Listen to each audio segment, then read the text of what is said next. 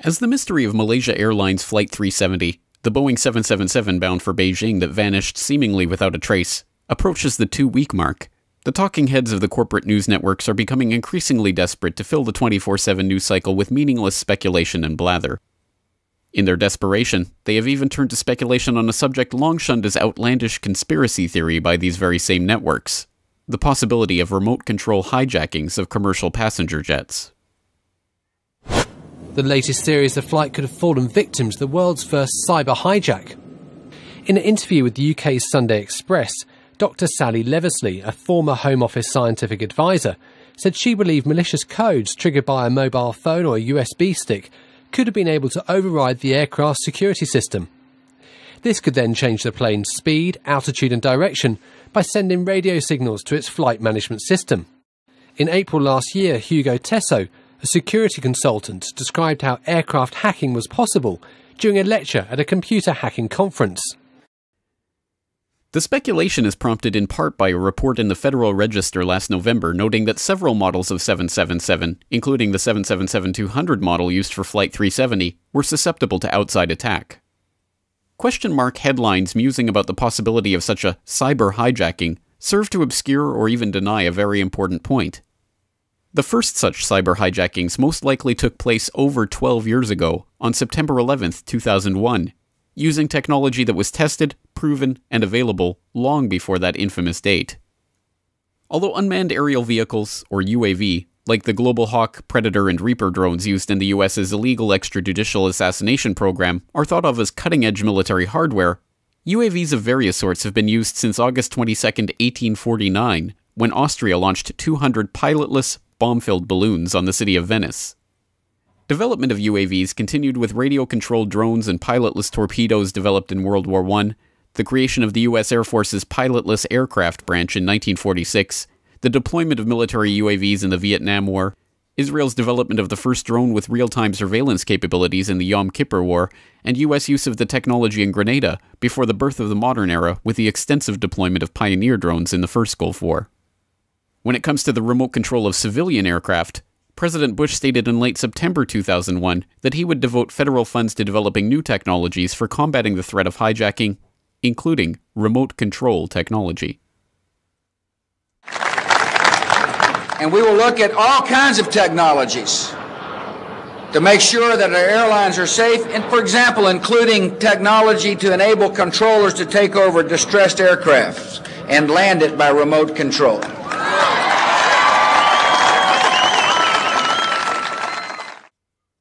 But even at that time, remote control technology had been successfully demonstrated for commercial jetliners for nearly 2 decades. This is actual footage of a joint NASA-FAA experiment conducted in 1984 at Edwards Air Force Base, in which a Boeing 720 was remote controlled through multiple takeoffs and landings before being crashed in a controlled impact demonstration. In August of 2001, this technology was further demonstrated by Raytheon, which successfully took off and landed a Boeing 727 6 times at Holloman Air Force Base in New Mexico without a pilot on board. Raytheon also developed a sensor suite for the Air Force's Global Hawk drones, and Raytheon Network-Centric Systems has recently won multiple contracts to help develop advanced communication systems for the E-4B, the U.S. government's so-called doomsday plane that was spotted above the White House shortly before the strike on the Pentagon, and which has since been confirmed was one of 4 functioning doomsday planes operating in the skies on that day. It appeared overhead just before 10 a.m., a 4-engine jet banking slowly in the nation's most off-limits airspace, on the White House grounds and the rooftop, a nervous scramble. About 10 minutes ago, there was a white jet circling overhead. Now, you generally don't see planes in the area over the White House. That is restricted airspace. No reason to believe that this jet was there for any nefarious purposes, but the Secret Service was very concerned, pointing up at the jet in the sky. And still today, no one will offer an official explanation of what we saw. 2 government sources familiar with the incident tell CNN it was a military aircraft and say the details are classified. This comparison of the CNN video and an official Air Force photo suggests the mystery plane is among the military's most sensitive aircraft, an Air Force E-4B.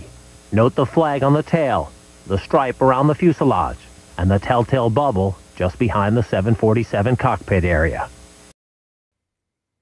Curiously, on 9/11 itself, Raytheon employees with ties to the company's electronic warfare division, including a man described as the company's Dean of Electronic Warfare and multiple senior engineers for electronic systems, were among the listed passengers on each of the 3 planes that hit their targets that day. Raytheon also had an office in WTC-2 on the 91st floor, and despite the fact that there were only 4 survivors from the Twin Towers who were above the impact zone at the time of the plane hits, no Raytheon employees died in the office that day. Another curious connection presents itself in Dov Zakheim, the comptroller of the Bush Pentagon and, until taking over his Pentagon role in 2001, CEO of SPC International, a subsidiary of System Planning Corporation, which provides a so-called flight termination system for the U.S. military that the company boasts provides a fully redundant turnkey range safety and test system for remote control and flight termination of airborne test vehicles. As comptroller of the Pentagon, Zakheim was responsible for the trillions of dollars that could not be accounted for in the Pentagon's books at the time of 9/11, and which prompted Secretary of Defense Rumsfeld to declare a war on bureaucracy on September 10th, 2001. Pentagon, the day before 9/11, Secretary of Defense Donald Rumsfeld declared war, not on foreign terrorists. The adversary is closer to home.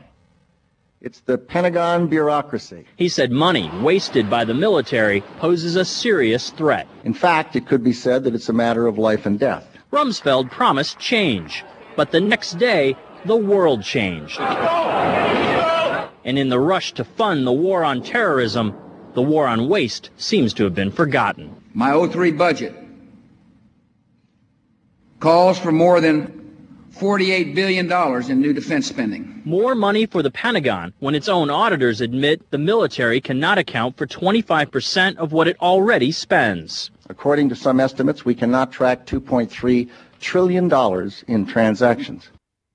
Flight 77 was supposedly piloted by Hani Hanjour, a flight school dropout who could not handle a Cessna 172, but somehow managed to steer a 757 in an 8,000-foot descending 270-degree corkscrew turn at 500 miles per hour to come exactly level with the ground. Neither experienced pilots nor aviation officials could believe that such a move could be pulled off with such precision at such high speeds by any but the most experienced pilot. Watching the flight on her radar screen, Dulles International Airport air traffic controller later remarked, "The speed, the maneuverability, the way that he turned, we all thought in the radar room, all of us experienced air traffic controllers, that was a military plane." By what we are expected to believe is a massive coincidence, the flight ended up hitting the Pentagon in the budget analyst office, where the DoD staffers overseen by Zakheim were working on the question of the missing trillions. This is a picture of the location of the victims of the Pentagon attack that was released as part of the prosecution exhibits at the trial of Zacarias Moussaoui. It depicts the offices that were destroyed in the attack, including the office of Resource Services Washington, a team of 65 civilian accountants, bookkeepers, and budget analysts, 34 of whom died on September 11th, 2001. As a Pittsburgh Post-Gazette article of December 20th, 2001 noted, Robert Jaworski, the director of the office, was faced with the task of choosing which of his colleagues' funerals he would attend because he could not physically attend them all. The office's role in processing information regarding the unaccounted for $2.3 trillion has never been established by outside researchers and, in fact, has never even been inquired into by professional journalists. An Arlington County after-action report on the rescue and cleanup response at the Pentagon, however, notes that, quote, "It was also the end of the fiscal year, and important budget information was in the damaged area." As 9/11 researcher Aidan Monahan told the Corbett Report in 2011, the remote control hypothesis also makes sense of various anomalies in the flight path of United 175 that hit World Trade Center 2.